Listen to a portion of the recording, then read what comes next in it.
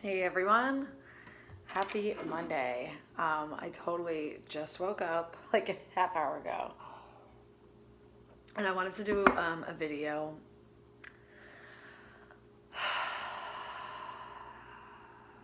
It's been a really hard weekend.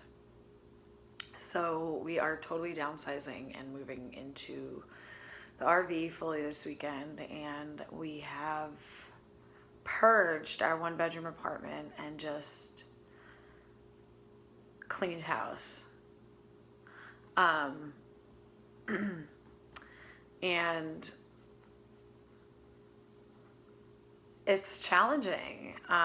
We don't have a ton of stuff. We are pretty minimalist, but as we were going through stuff, it was hard. I had a little bit of a process I had to work through. I had a little bit of chaos come up, and it wasn't so much the clothes, the shoes, and those silly material objects that I'm so attached to. It's more when I start getting in there and I start going through these things that have sentimental value to me.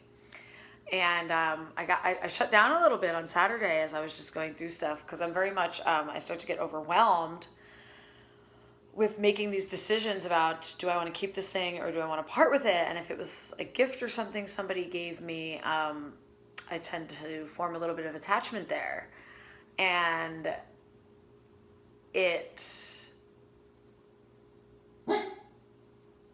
got me a little bit stuck. And I shut down a little bit, and I was just kind of going through an autopilot, and I was very sort of automatic and just okay. And then I found myself getting angry, and but I was putting it aside because we had so much to do that I didn't want to just focus on it and have a meltdown. I'm very good about that, where I can just sort of shove my emotions over here when I have to get something done. I can flip the autopilot switch really easily to just get stuff done. So it took me about a day, and then I finally, Chris sort of pointed it out to me that I was being, in a mood, and I kept saying, "Oh, I'm just tired. I'm just tired," because I didn't want to get into it. And then when he finally mirrored it to me, and I explored it, I sat with it, and I thought about it a little bit. I realized, I was a little bit angry because of these attachments that I had to work through, and I do this funny thing where.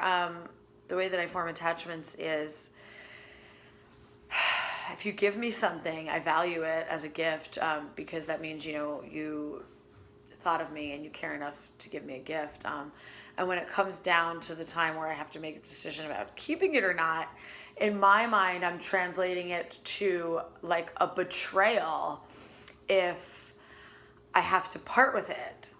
And it feels crappy. I don't like the way it feels. And I really had to breathe through a lot of that this weekend, because when my rational mind thinks about it, it's kind of ridiculous.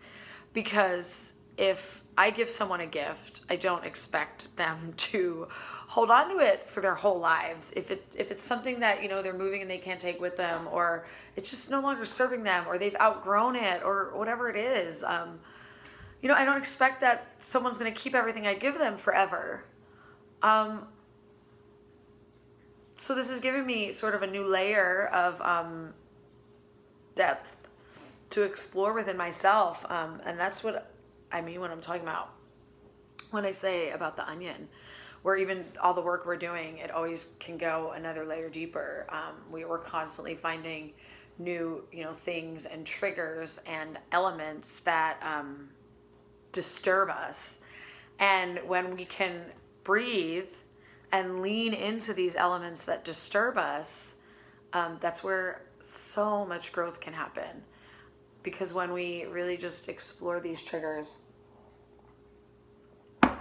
we can learn a lot about ourselves. And the more that we know our own triggers, the more of a problem point they are. Does that make sense? Where if I know and I'm in control of my own triggers, I'm less likely to just fly off the handle by other people triggering me, right? And that's what it means. That's how we achieve, equanimity. It doesn't mean the triggers go away. It doesn't mean the emotions go away. It just means we're so, aware and in tune and aligned with them, and we've integrated them into who we are instead of trying to push them away. we've essentially hugged the chaos of our triggers and we know them, they stop being these problem points. They stop bringing out foolish behavior. And it's a process. You know, I still went 24 hours where I was sort of shut down on autopilot. I'm not perfect. I'm not a robot. I'm not a Zen master yet. So, you know, this one took me a while. This was a longer lesson for me. And it's okay. I'm sure I'll still be working through that for a few days. So I encourage you guys to really just breathe in the face of disturbance, smile, be gentle on yourself, tap into the love, you know, and meditation. Pausing in the space of that breath is where we allow all of this to happen. So I hope you have a great day. Much love. Thank you for watching, and I'll see you soon.